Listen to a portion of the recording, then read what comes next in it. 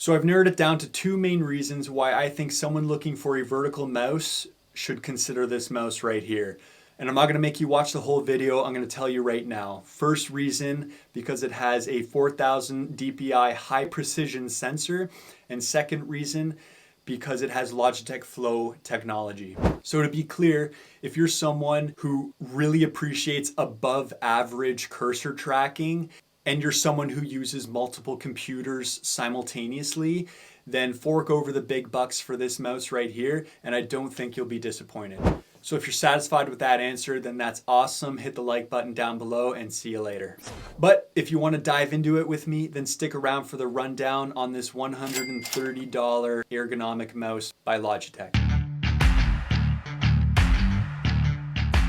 So in this video, I'm going to give you a rundown on the Logitech MX vertical mouse, and hopefully we'll be able to decipher what all the fuss is about, because there are a lot of other vertical ergonomic mice out there that cost literally $100 less than this one, and they have similar features. I did just review a budget ergonomic mouse. If you want to check that out, I'll be sure to post a link down in the description. All right, so let's start with the design. The shape, it's got a 57-degree angle which promotes a natural handshake position, which is supposed to reduce pressure on the wrist, allowing for a 10% reduction in muscular strain. The materials, it's mostly plastic, but there is a nice smooth rubber coating around the palm area and the scroll wheel. Included in the box is the mouse, the cable, which is USB-C to USB-A, and the unifying receiver. You don't need the unifying receiver to connect because it is Bluetooth as well. It can be paired with up to 3 devices simultaneously, and switching between them is quite simple with a press of the button, which is inconveniently located on the bottom.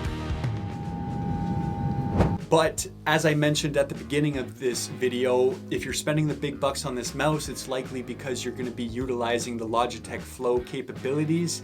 And if you have the Flow capability enabled, then you can move between computers without the need to press any buttons at all. So I can see why Logitech decided to put the Bluetooth manual switch button on the bottom of the mouse and not on the top of the mouse, where some other mice have it, which is just a little bit more convenient.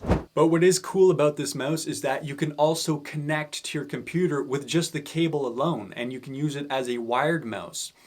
I personally probably not going to do that, but it is nice to know you can. That also means you can use the mouse while it's charging, and also for some reason your computer doesn't have Bluetooth or it doesn't accept the wireless receiver, which I've heard in the past, then it's nice to know you can use it as a wired mouse. Speaking of charging, Logitech says the battery on this mouse will last up to 4 months on a full charge, and you can also do a quick charge. From 1 minute you can get up to 3 hours of usage. That's quite handy. The included 4-foot charging cable, as I mentioned earlier, is USB Type-C and USB Type-A at the other end. The C goes into the mouse and the A goes into the computer. There are a total of 6 buttons on this mouse.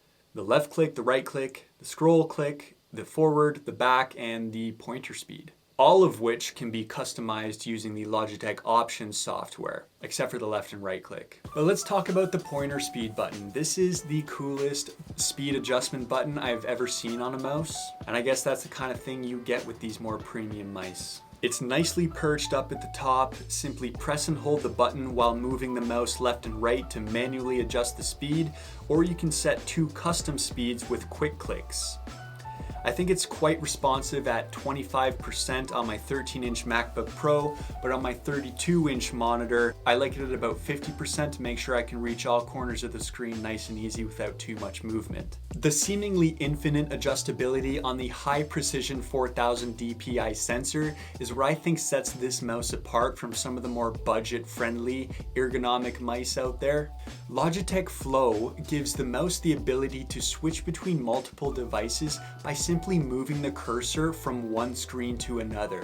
This is a super cool technology. Of course, you will need to download the Logitech Options software on your computers, but once you do, you can easily switch from, say, a Mac to a PC just by moving the mouse pointer to the edge of the screen and back. You can even copy something on one device and paste it to the other device just by moving your cursor from one screen to the other. You cannot put a price tag on that. Well, actually you can. It costs $130. I think it's on sale right now for $120, but it is still expensive. But Corey, it's an ergonomic mouse and it's supposed to minimize your wrist pain. Yes, that's true, but it will also minimize your savings. And for $130, I think I would have liked to have seen a few more options or buttons included in this mouse. For example, an infinite scroll wheel would have been nice. I think they definitely could have incorporated that even with its vertical design, as well as maybe a hidden thumb button or even a thumb scroll wheel like on the MX Master 3. Any of those little things could have gone a huge way into justifying the high price tag just a little bit further.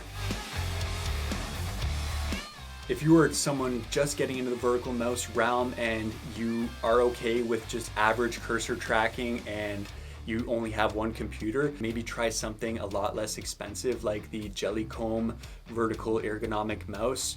It's literally $100 less than this mouse right here. I did a review on it. It's a great mouse. I'll post it down in the description. Maybe start off with something like that first. And there are a lot of other options you can try as well, just to see if you even like the vertical profile. Or if you'd like to see a comparison video between this mouse and a much cheaper option, then let me know in the comments and I'll be sure to produce one soon.